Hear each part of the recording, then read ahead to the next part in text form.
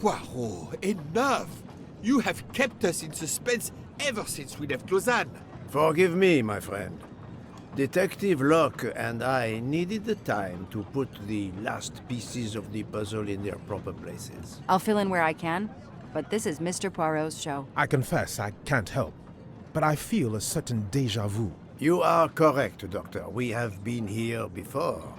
However, without you, we wouldn't have been able to reach the true conclusion of this story.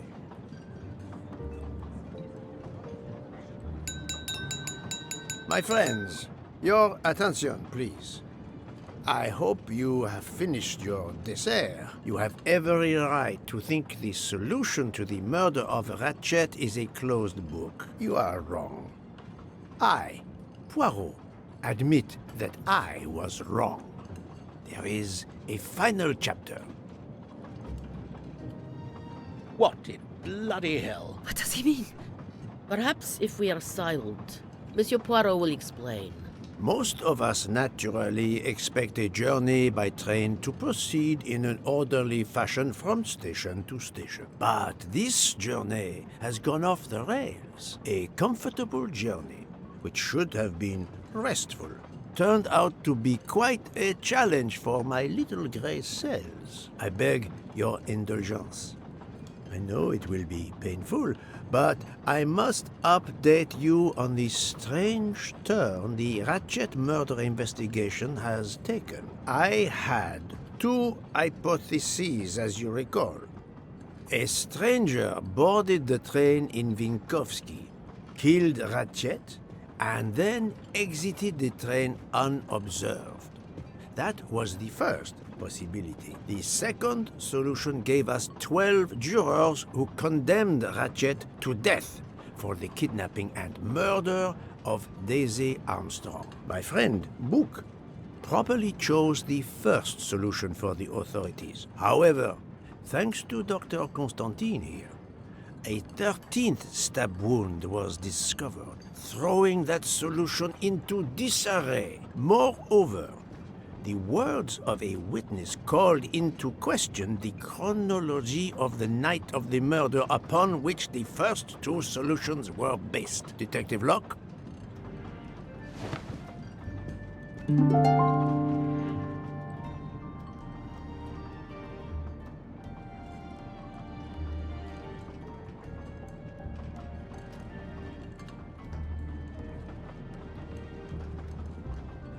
No, Mr. Book's testimony confirmed that the murderer was still on the train up to Venice. That's all. Michael admitted to having been absent several times during the night. His absence, therefore, gave multiple opportunities for a 13th murderer to slip into Ratchet's room before the other 12 jurors lined up to stab him. You are saying the man Ratchet was... when we... Yes, you executed a man who was already dead. But there were other suspects that night. Other suspects? Who? They stand before you. Mr. Fauché, Mr. Maury, and Ms. Nielsen. And they all also had a hole in their stories about their movements that night. Mr. Poirot? Most of you don't know it, but there was a second murder in Venice. Mein Gott, another murder. The victim was a man named Aziz Wadi, a banker in Geneva who was on the payroll of Ratchet. He looked after the money Ratchet obtained from the Armstrong ransom. Ratchet needed money and arranged to meet Mr. Wadi in Venice. One of these three knew about that money. Now, each of them had an alibi, of a sort, but if any of their alibis was a lie, that person had time to murder Monsieur Wadi, Monsieur Fauché, Mademoiselle Nielsen, and Monsieur Maury. One of you murdered Ratchet and Monsieur Wadi. Are you kidding? I pour drinks for our guests. I don't murder them. It's nonsense. You are accusing me because of my knives? But why would one of my employees kill Ratchet?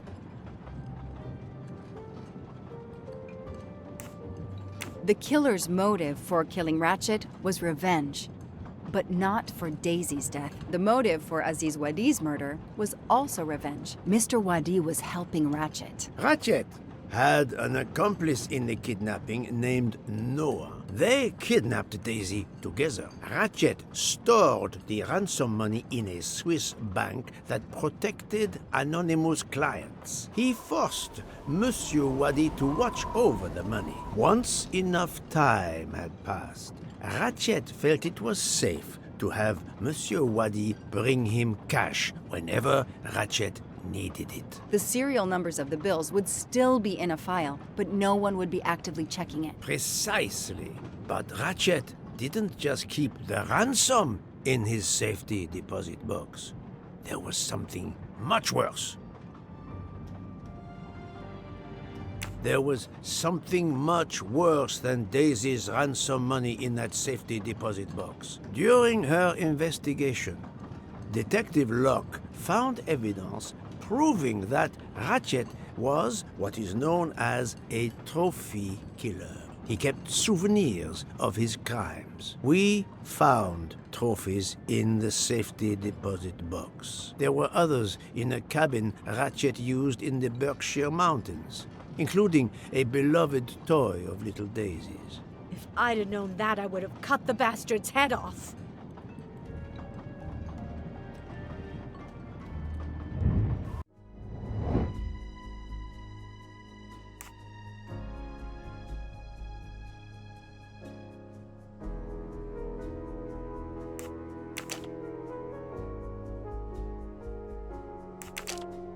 This is wrong, but I'm never far from the truth. I must admit I'm not right this time.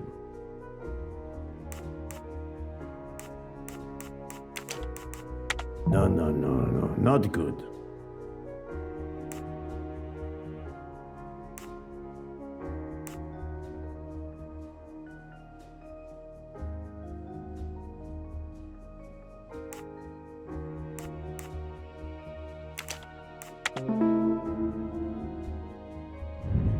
Et voilà. The bracelet found in the safety deposit box was also on Noah's wrist in a photograph. It's obvious Ratchet killed Noah, and therefore, at last, I can tell you with absolute certainty who the murderer of Ratchet and Monsieur Wadi is.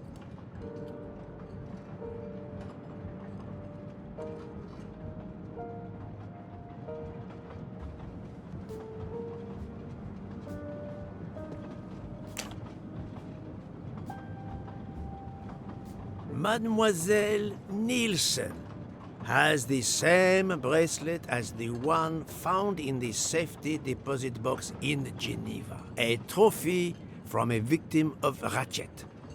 Noah. Having a similar bracelet doesn't prove anything. Yes, that might be true. If there were not an inscription on it. Mr. Poirot, you're right. The bracelet looks similar to mine, but I have no idea what the marks on it mean. I just like the design. The marks are not random, mademoiselle. These are special bracelets. They are called Morse code bracelets. Because, well, you know why. The marks are Morse code. Happily, I learned Morse when I was a young man doing my service for the Belgian army.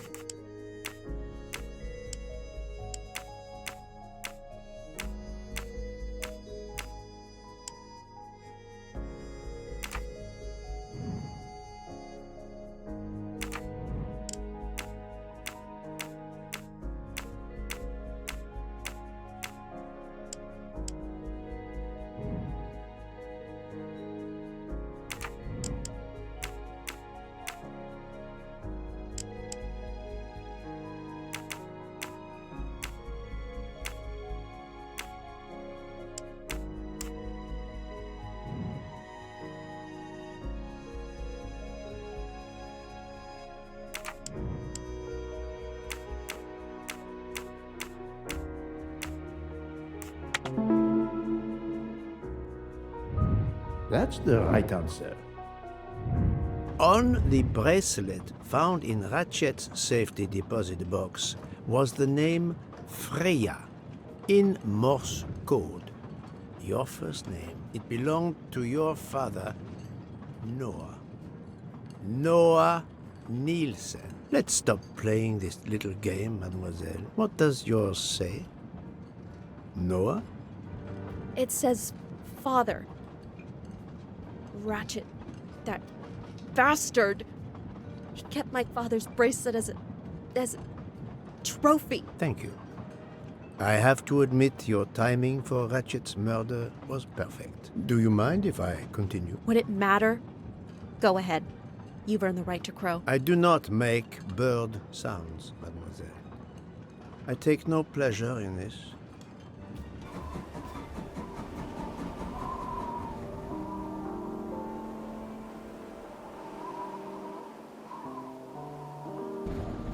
You drugged Ratchet's dessert to ensure he would be unconscious when you went to his room. You stole a knife from Monsieur Maury.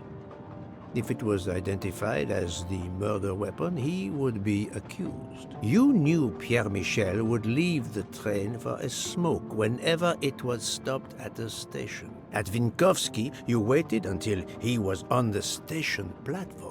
Then, you carefully made your way along the first-class corridor to Ratchet's room. You entered Ratchet's room with the pass key, accessible to all employees in the crew quarters. You stabbed Ratchet at midnight. But that knife, where is it? Probably thrown out of Ratchet's window before the train left the station. A thorough search after the snow melts should turn it up. My beautiful knife. Then, you carefully returned to the crew quarters, replaced the passkey, and returned to your poker game. Et voila. The affair was not so complicated in the end. But what made the crime seem more complex? Well, It was us. exactly.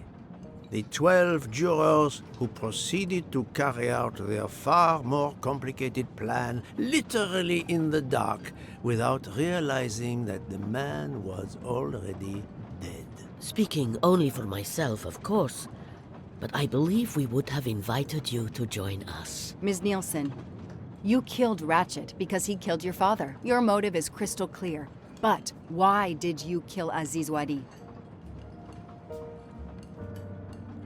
It's because of Aziz that my father died. My father knew Aziz was the only one with access to Ratchet's safe, so he convinced Aziz to steal the money from the safety deposit box. But Aziz was too afraid of Ratchet.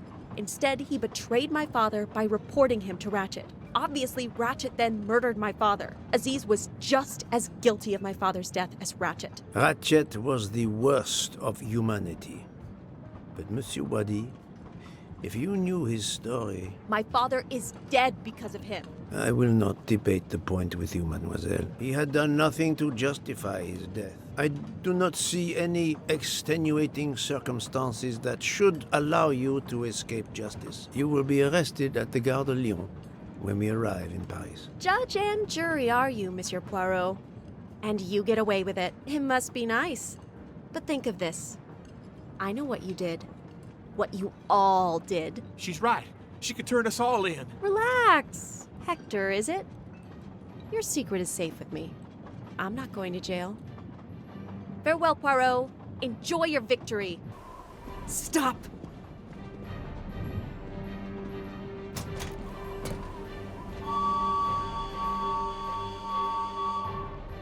No, Freya, don't jump. You're going to die. I've made my choice. We'll let fate decide. No!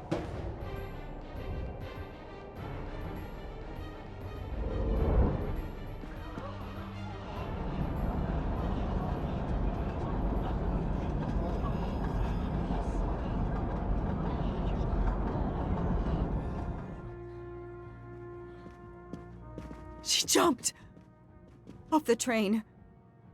Even if she hit the water, considering the height, I doubt she survived. And with this tunnel, either way, she's gone, Poirot.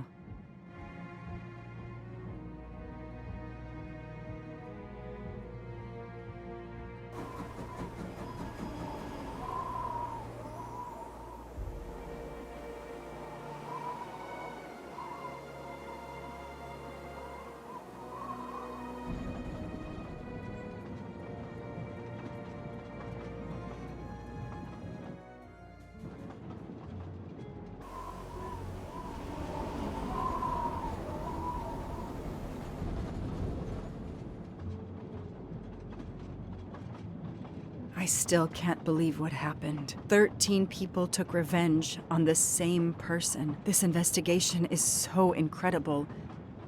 It almost looks like a detective story. It would surely be a bestseller. It is true that this case will remain as one of the most important investigations of my career. My only regret will be that I couldn't bring Ratchet to justice, but I can finally close this chapter of my life. Your determination paid off. You can be proud of yourself. I think we'll be arriving in Paris soon. If you will pardon me, Detective Locke, I have to settle a few details with Monsieur Bouc before we arrive. Please, go ahead. I still can't believe Freya was the killer. She never even cheated when we played poker. She used too much sugar. Nonsense! Her desserts were divine! Unfortunately, her actions were not so divine. There you are, my friend. Bouc, I have a favor to ask. Anything. When we arrive in Paris, will you speak to the police? I would rather keep a low profile. But why? Bouc, my first solution was incorrect. Nonsense. The knottier the mystery became, the greater your brilliance. Please. Very well, if you insist. I want to thank you, gentlemen, for your service. The cuisine. Under difficult conditions, you surpass the reputation of the Orient Express. That is true. I look forward to seeing you again abroad, Monsieur Poirot. I promise, not all of our trips are this eventful. Princess Dragomirov would like a word with you, Monsieur Poirot. It is important. She is waiting for you in her compartment. When a princess summons me, how can I refuse?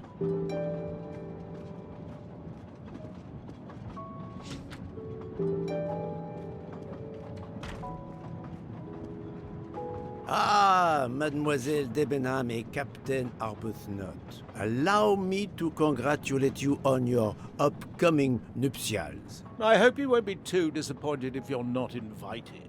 Archie, really? Thanks to Mr. Poirot, there will actually be a wedding. As you say, my darling. Sorry, old man, and thanks for everything, including finding my train ticket.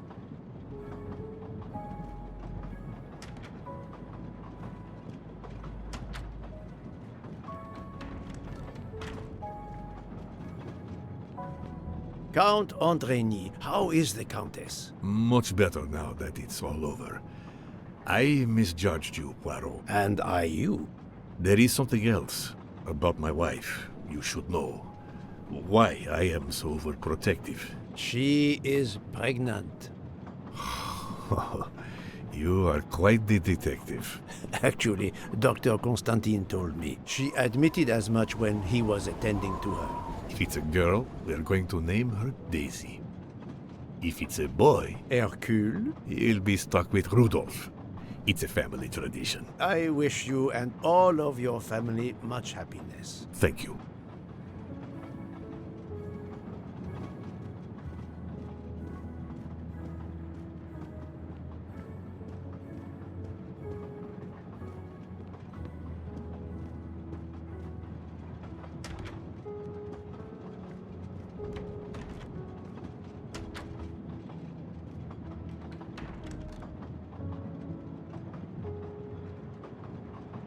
My daughter, my great friend, and I wanted to talk to you one last time. I speak on behalf of the entire Armstrong family, as well as those close to us. You have shown compassion.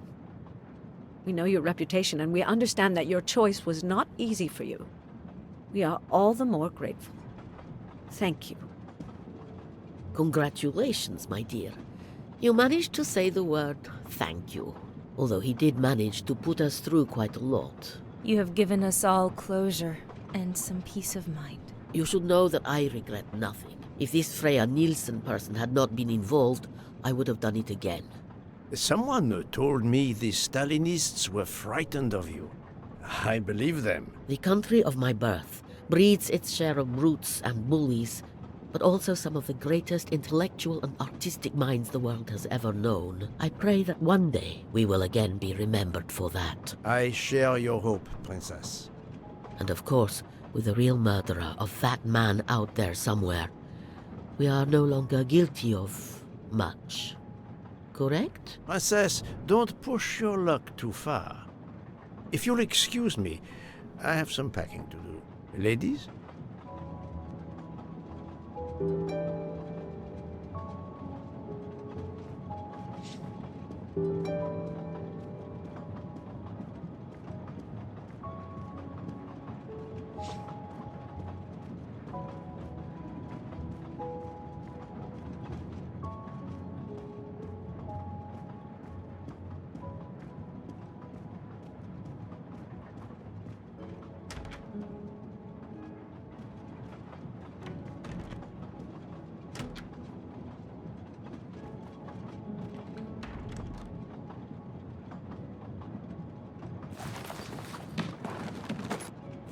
At the end of this investigation, I still have my doubts. Did I make the right choice with the 12 self-proclaimed jurors?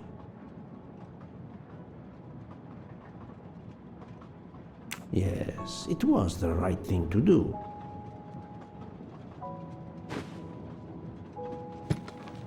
As for Mademoiselle Nielsen, what would I have done if she had not escaped?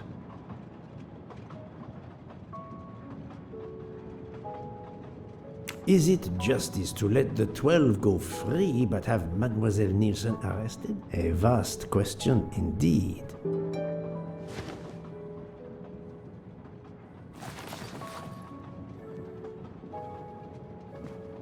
Judges often take motive into consideration when deciding the sentence for a crime. You are not a judge. Your job is to establish the facts, which you have done. The case has been solved. Another already awaits you. It is the reason you are on this train. It is time. Time to move on.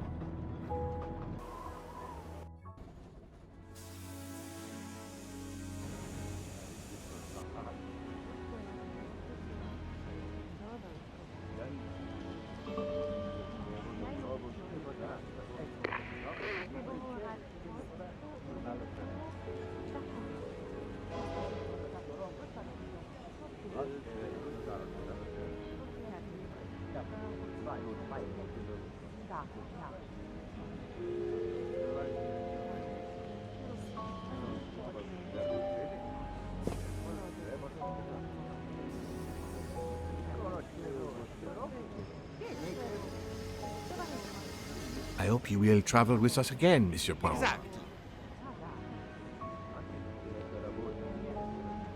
Monsieur Poirot, I spoke with my associates. I convinced them to give you a deal on our new Firenze SUV. No need to thank me. It's the least I could do. That is very generous, but no, I do not drive. You don't? What? But it's electric. It's good for the planet. I am good for the planet, as long as I don't drive. I don't understand. He refused. Yes. Another golden moustache to treasure.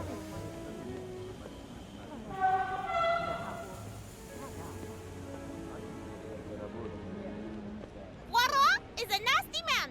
Poirot is a nasty man! Have you lost something? May I help you? Oh, Mr. Poirot, you have done so much already. What is it you have lost? My friends, we are traveling to Poland to help with children. We were to meet at an information booth. But where do I get information on how to find an information booth? There is, I believe, an information booth just inside the main terminal. Oh, thank you, sir. You are a great detective. And you, madame, are a good soul. I will miss this train.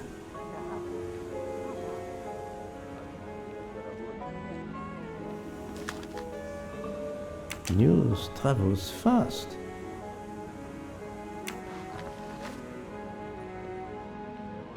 Hey, Poirot.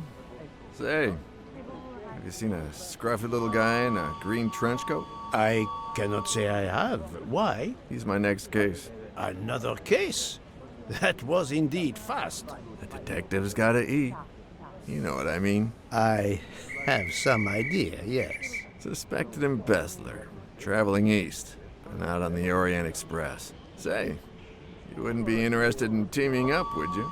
Some good money in it. I have had enough of trains for a while, thank you. Okay, suit yourself.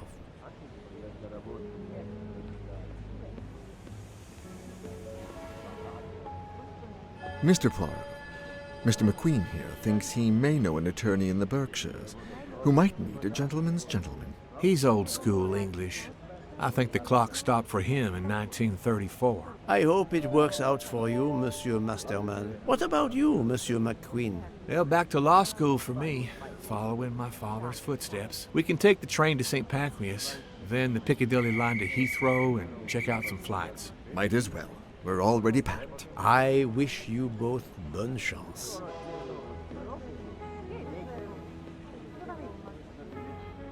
Ah, Poirot. Mission accomplished. I have reported to the police that Freya Nielsen killed Ratchet and that she escaped. They're issuing an international arrest warrant. There's a canal that runs alongside the tracks where she jumped from the train. But they say there's little chance she survived. The police have questioned all of the passengers and crew, so for now, they are free to leave. I gave them the results of my preliminary autopsy, and they have the report from the Venetian authorities. They were arguing about jurisdiction when I left. Thank you, Doctor.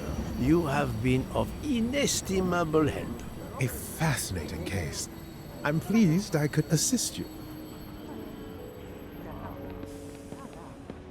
Mr. Poirot, it seems our paths part here. It was an honor and a pleasure to work with you. And I am with you, Detective Locke. The case would have been impossible without your tenacity and dedication to finding the truth. You also proved to be an able con artist in Geneva. You too. Thank you for everything. I'll never forget you. And I shall always treasure our collaboration.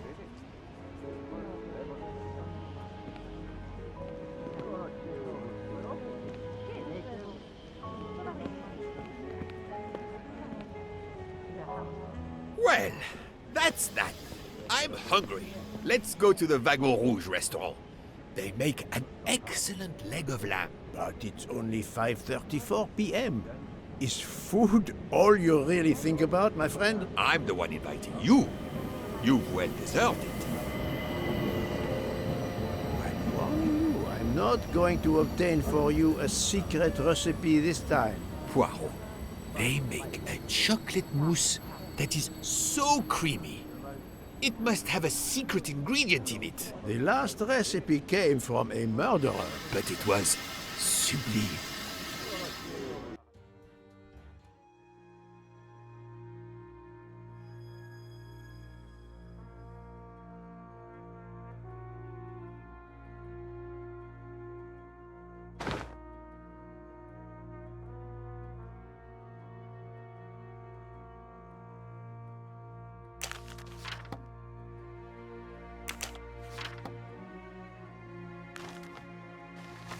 Dear Poirot, I didn't really have time to say goodbye when we parted.